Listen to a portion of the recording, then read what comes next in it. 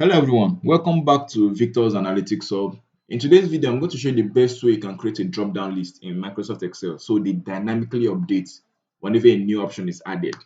I also show you a way you can alphabetize your drop-down list with just a click. That way you are creating a better user experience. So I have a table, my student names and the admission status. So I want to keep track of the admission status. And I want to give the user the ability to select from a drop down list.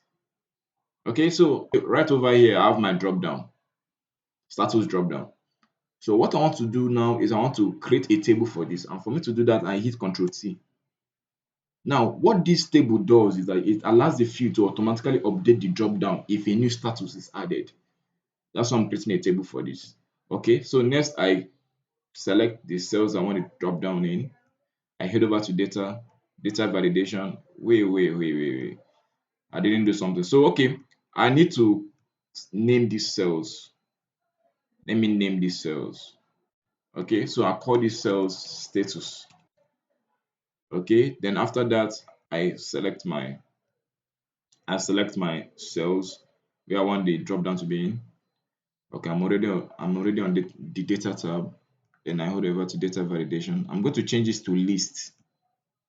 It's asking for my source, okay, equals to status, the name of my cells, what I call those cells.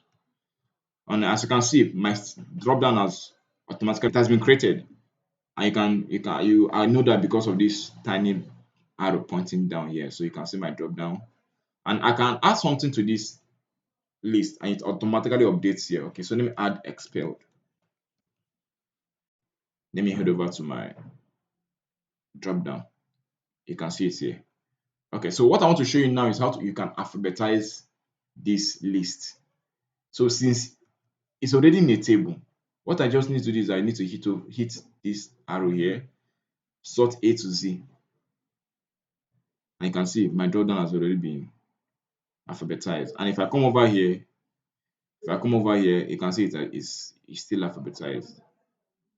It becomes alphabetized.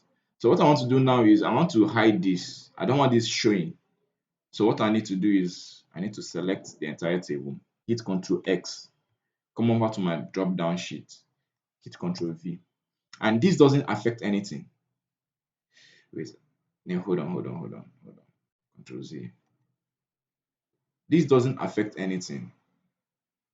Wait, I want the entire Control X, Control V. This doesn't affect anything. My drop down still works.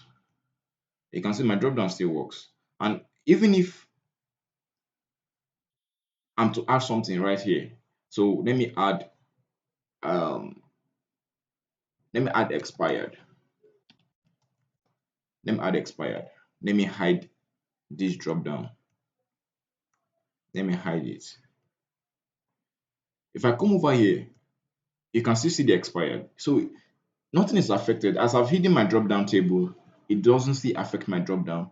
Okay, and if I want to access the my table, I just hit on hide, and my it's going to show me drop down. I hit OK. Okay, I hope this was helpful, guys. If you like the video, be sure to like and subscribe.